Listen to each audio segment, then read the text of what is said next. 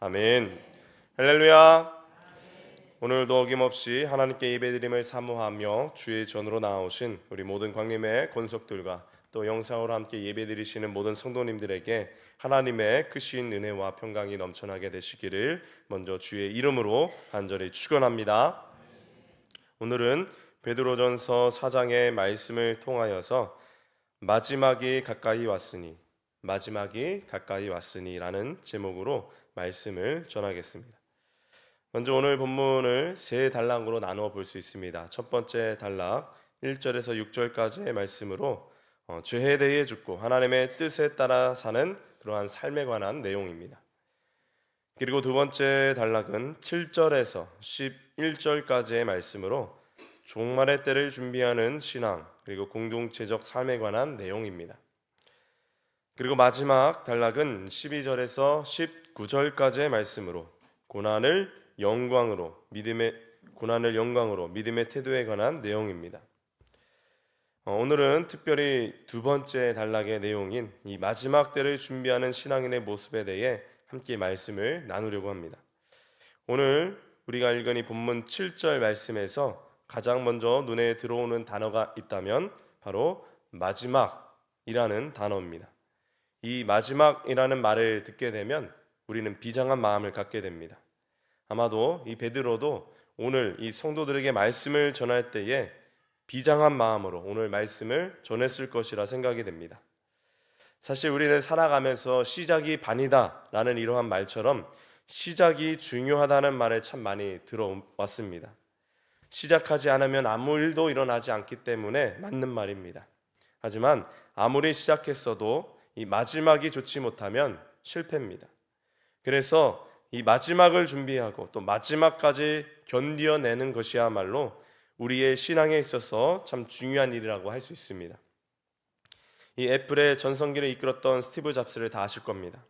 그의 인생의 전환점을 이루게 했던 한 문장이 있었는데 바로 이러한 문장이었습니다.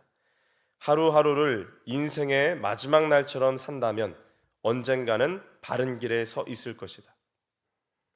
그는 이 글에 감동을 받았고 그 후 33년 동안 매일 아침 일어나서 거울을 보면서 자신에게 이렇게 묻곤 했습니다. 오늘이 내 인생의 마지막 날이라면 지금 하려는 일을 할 것인가? 그는 인생의 중요한 순간순간마다 곧 죽을지도 모른다는 이 사실을 명심하는 것이 그의 인생에 큰 도움을 주었던 것입니다. 그렇습니다. 이 마지막을 산다는 것은 아주 중요한 일입니다.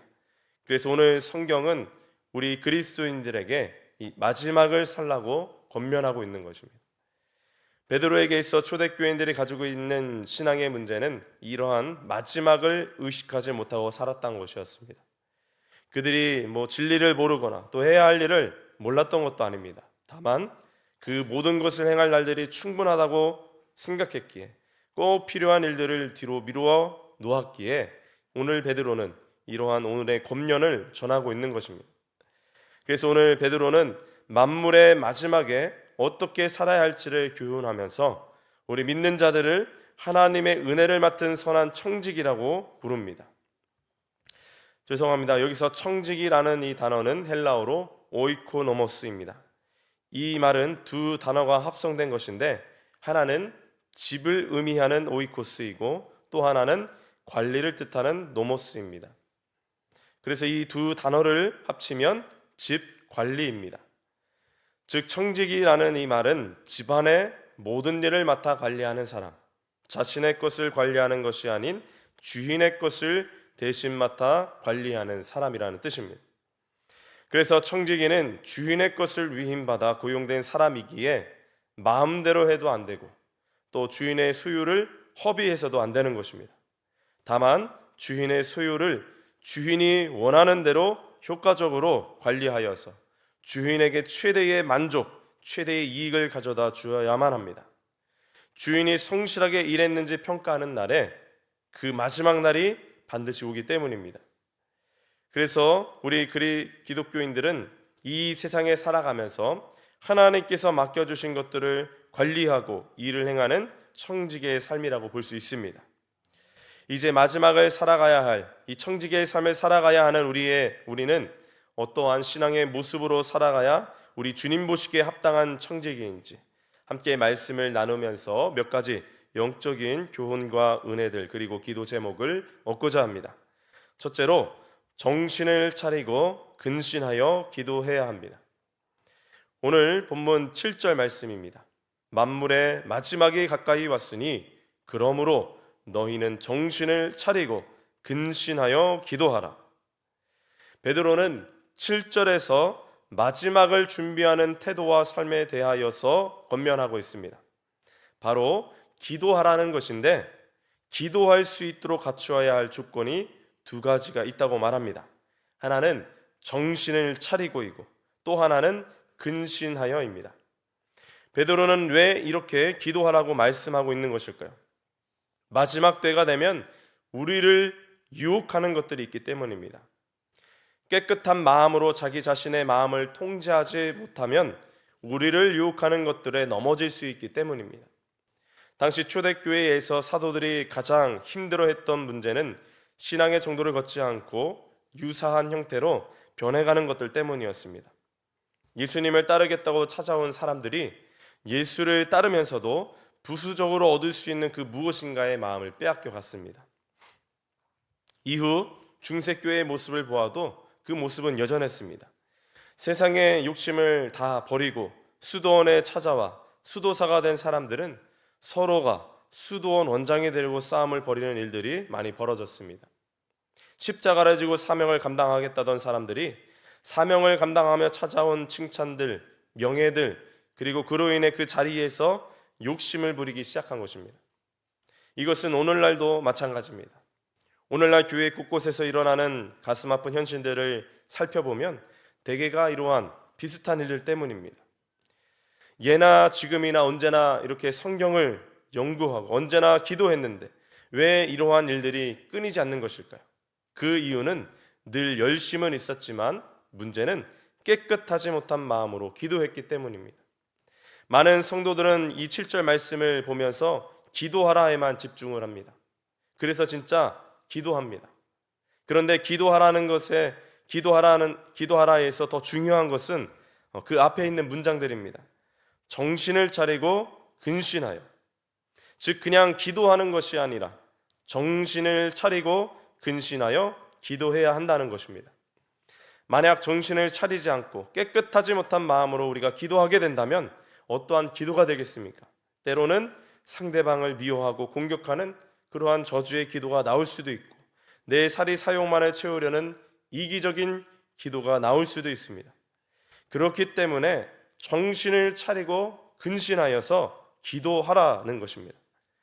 이러한 기도자의 모습이 바로 선한 청지기로 살아가는 모습인 것입니다.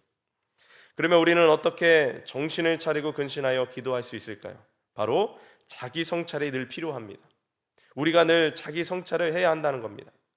다른 종교에서는 이 자기 성찰이라고 하면은 고요히 묵상하는 가운데 자신을 이렇게 돌아본다는 의미이겠지만 우리 믿는 자들에게서 이 자기 성찰이란 끊임없이 우리 하나님 앞에서 자신을 돌아보기 위한 시간을 갖는 것을 말합니다.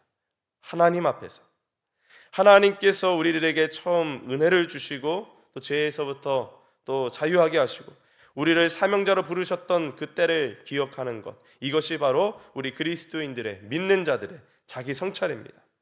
그러므로 오늘뿐만이 아니라 내일도 또 내일 모레도 매일매일 정신을 차리고 근신하여서 하나님 앞에 나 자신을 비추어 보시고 깨끗한 마음으로 기도할 수 있는, 그리하여 선한 청지기의 모습으로 살아가는 저와 여러분 모두가 되시기를 주님의 이름으로 간절히 축원합니다. 두 번째로 뜨겁게 사랑해야 합니다. 뜨겁게 사랑해야 합니다. 오늘 본문 8절 말씀입니다. 무엇보다도 뜨겁게 서로 사랑할지니 사랑은 허다한 죄를 덮느니라. 8절 이 말씀을 개역 한글 성경에서는 이 무엇보다로를 열심으로 이렇게 번역을 합니다. 열심으로 뜨겁게 서로 사랑할지니.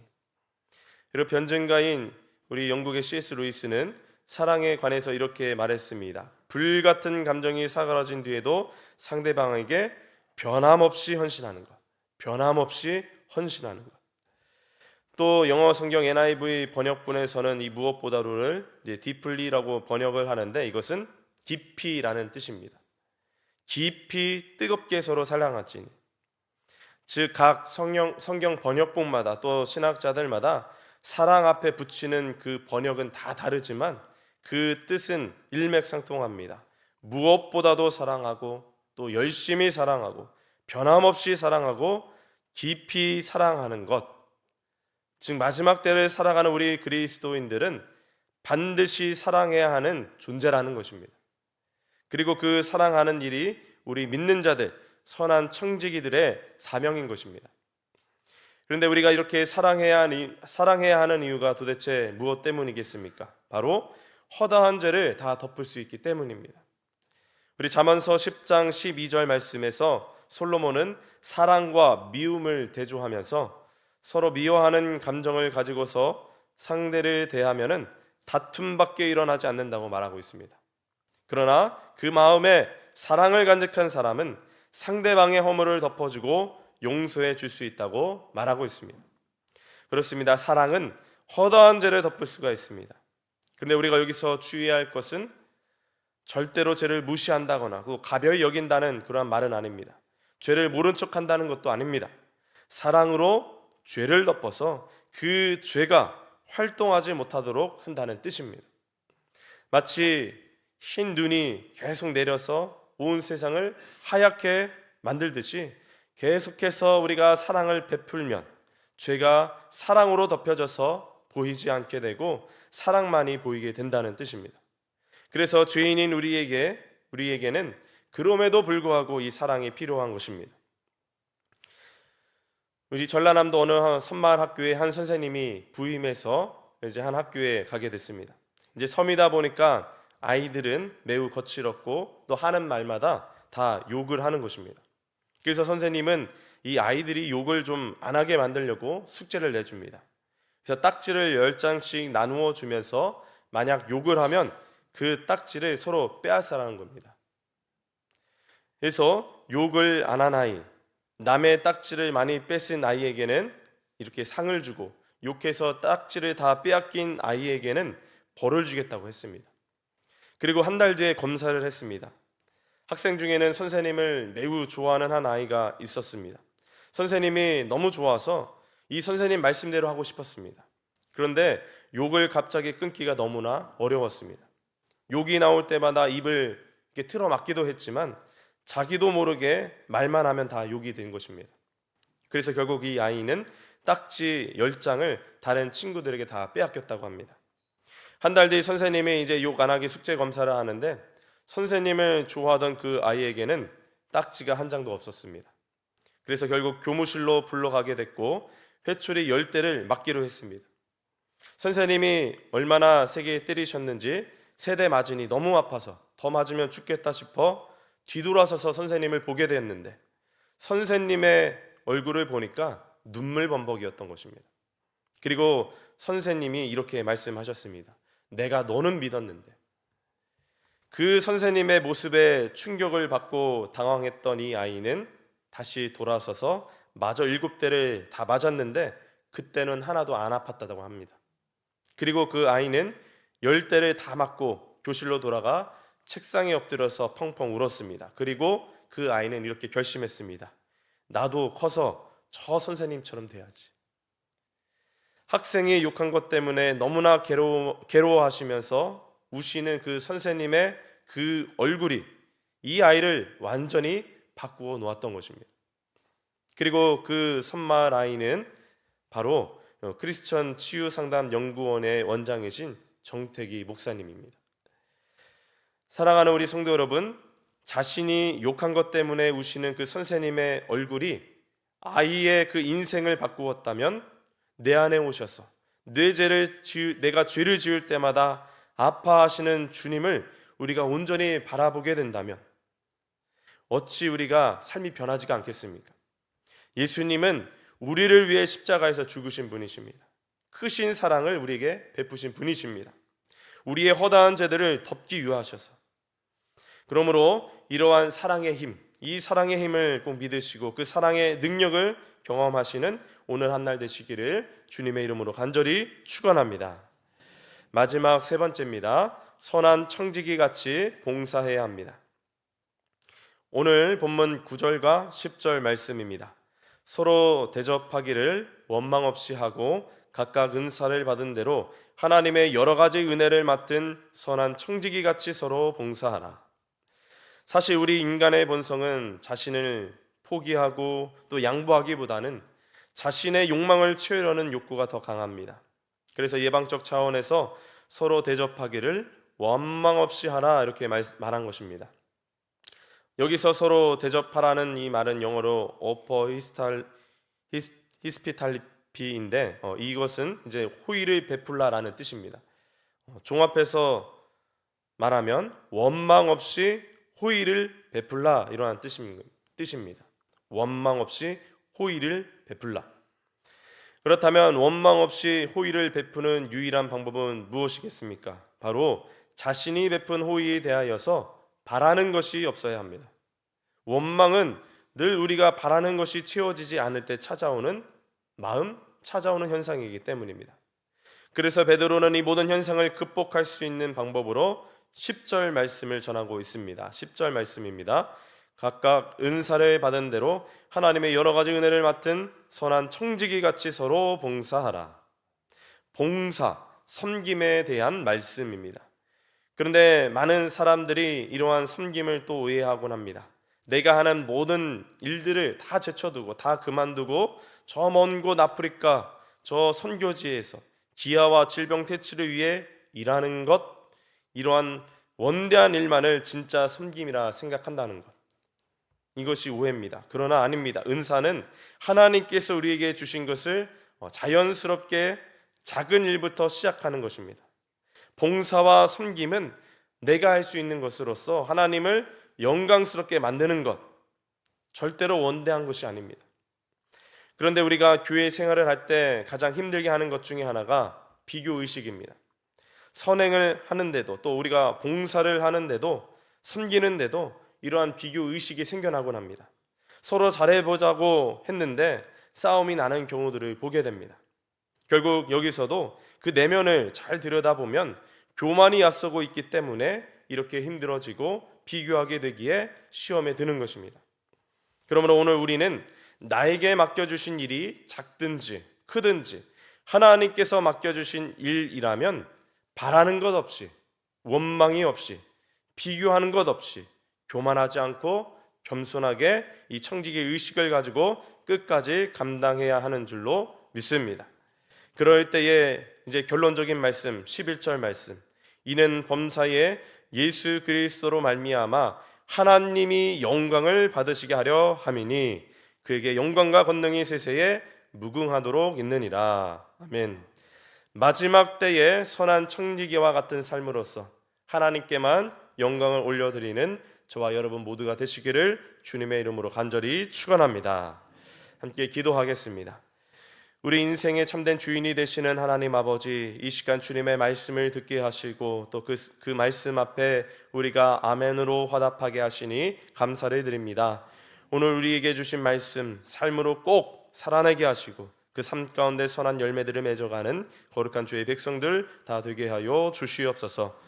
특별히 선한 청지기의 삶을 살아가기로 결단하게 하시니 감사합니다. 깨끗한 마음과 심령으로 구할 바를 구하게 하시고 서로 뜨겁게 사랑하여 사랑의 능력을 경험하고 간증하는 우리 모두가 되게 하여 주시옵소서. 또한 각각 은사를 받은 대로 겸손하게 헌신함으로써 하나님께만 영광 올려드릴 수 있는 거룩한 주의 백성들 다 되게 하여 주시옵소서.